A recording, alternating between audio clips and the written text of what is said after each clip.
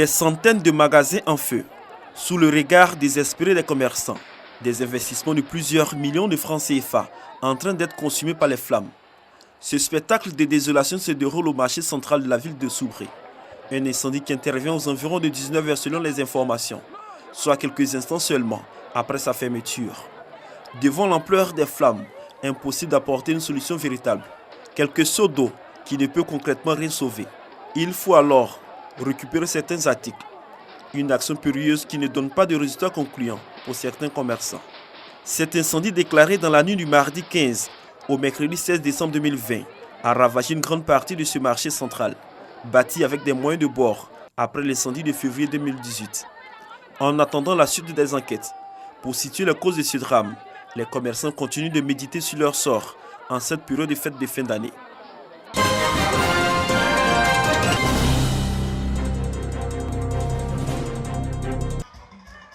Le Centre féminin pour la démocratie et les droits humains en Côte d'Ivoire, CEFSI, fait de la promotion du maintien de la jeune fille à l'école son cheval de bataille à Niakara, département du Hambol. Pour relever ce défi, cette ONG a initié depuis 4 ans un projet de parrainage des jeunes filles élèves issues de milieux défavorisés ou orphelines en les assistant dans leur parcours scolaire. Le lancement officiel de la présente édition a réuni les autorités locales.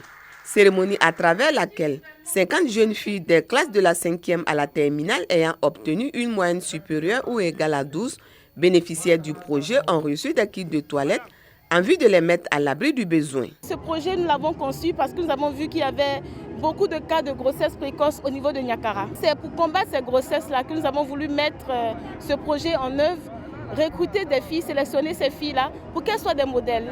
Faire en sorte que ces filles-là d'abord soient formées, aient tous les rudiments. Et je suis très heureuse d'être parmi ces filles. À mes camarades, c'est de leur dire de se mettre au travail aussi, pour qu'ils puissent aussi rejoindre l'association.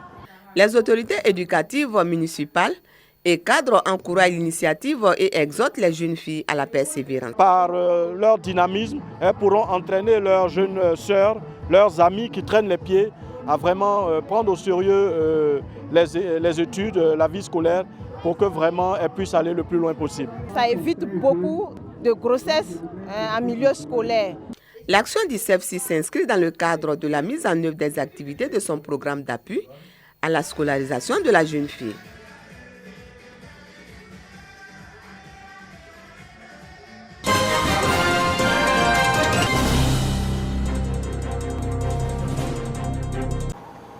Kofisio-Ka, village de la sous-préfecture de Timbé, département de Katoula. L'effectif pléthorique des écoliers dans la classe OCP1, cours préparatoire première année, et le déficit des salles de classe constituent des préoccupations majeures pour les responsables de l'éducation dans ce village. La réalité de l'établissement, il faut souligner que nous avons 350 élèves pour 130 bancs. La salle de CP1 ne peut pas contenir 100 élèves. Il nous faut 50 élèves ou bien 60. Sans, les élèves ne pourront pas faire quelque chose. Des préoccupations qui interpellent certains cadres du département, notamment Touré Nabana Benjamin. Il a fait don d'une cinquantaine de tables à l'établissement scolaire et remis en état une centaine. Et ce que j'ai fait là, je pense que tous les cadres de la région doivent pouvoir le faire. Le sens de ce don, c'est de donner un coup de pouce à nos jeunes, à nos enfants, à nos petits frères, pour qu'ils puissent être dans de meilleures conditions de travail. Mon message particulier, c'est l'appel que je peux faire à mes frères cadres de la région pour qu'on se mette ensemble pour le développement de notre région. Le président de la mutuelle de développement encourage l'initiative et interpelle les autres cadres de la localité. Fait appel à tous les cadres de la région. Il faut que chacun y mette de son temps, il faut que chacun y mette de son argent, chacun y mette de sa connaissance, parce que ce sont les cadres qui doivent aider l'État. Les autorités administratives et éducatives de la sous-préfecture de Timbé ont apprécié ce don qui vient soulager le corps enseignant et les apprenants du Kofisio-Ka.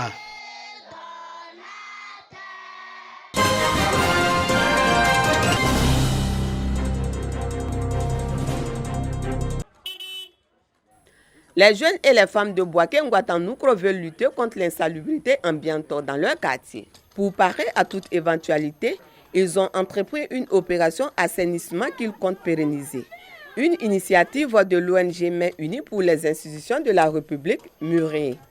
Selon Mohamed Berté, président de la dite ONG, cette activité s'inscrit dans le cadre de l'opération Grand Ménage qui consiste à assainir son cadre de vie. Lorsqu'on parle de cohésion sociale, c'est tout un ensemble.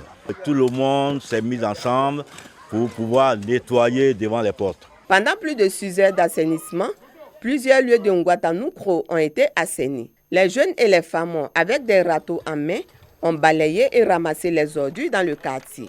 Le chef de Ngouatanoukro a profité pour demander aux populations de ne plus accepter de salir et de toujours continuer à nettoyer devant leur maison. Que chacun prenne conscience de balayer chez lui, nettoyer les mauvaises herbes pour que nous soyons en bonne santé. Que nos concitoyens sachent que la propreté est la première des choses dans le civisme.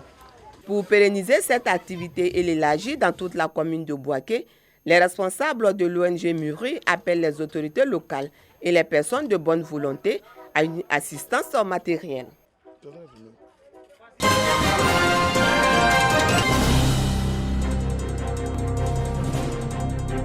Situé au nord de la Côte d'Ivoire, dans le département de Korogo, Sirasso a été érigé en chef-lieu de sous-préfecture en 1961, faisant de cette localité l'un des privilégiés à avoir un sous-préfet après l'indépendance de la Côte d'Ivoire. Mais près de 60 ans après, Sirasso a du mal à amorcer véritablement son développement. Et quand on sait qu'il y a bien d'autres sous-préfectures qui ont été érigées en préfecture après, et Sirasso est encore en reste.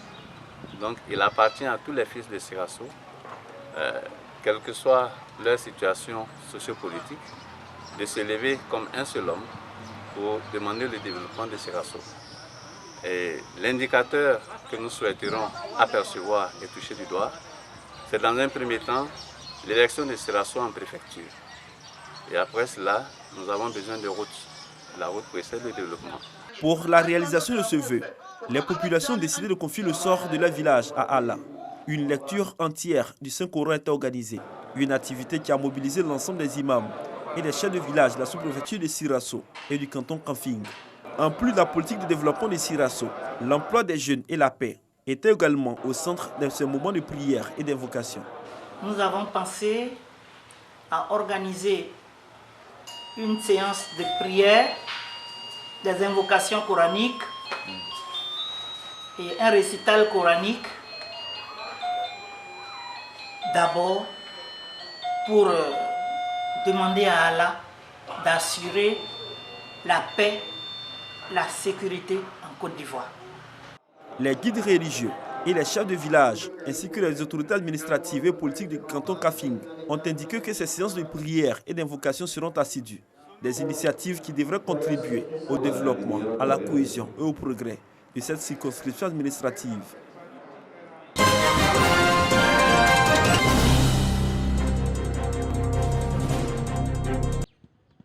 Grande mosquée de Bouaké, l'association des jeunes d'Afi de Côte d'Ivoire, AJDCI, section Bouaké, a organisé une opération don de sang pour sauver des vies. Cette opération s'est faite en prélude des fêtes de fin d'année.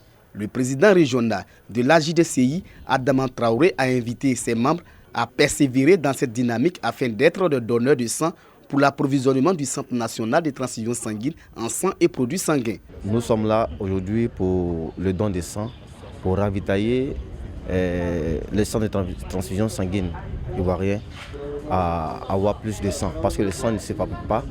Et cette association communautaire-là veut prendre part active à cet acte humanitaire. Plus d'une dizaine de poches de sang ont été collectées. S'exprimant sur l'action des jeunes, le responsable du CNTS a invité les populations à se joindre à cet élan humanitaire pour aider les personnes dans le besoin. À ceux qui sont couchés dans les hôpitaux, qui n'ont pas demandé à se coucher, mais qui sont là par la force des choses. Ça peut arriver à tout le monde.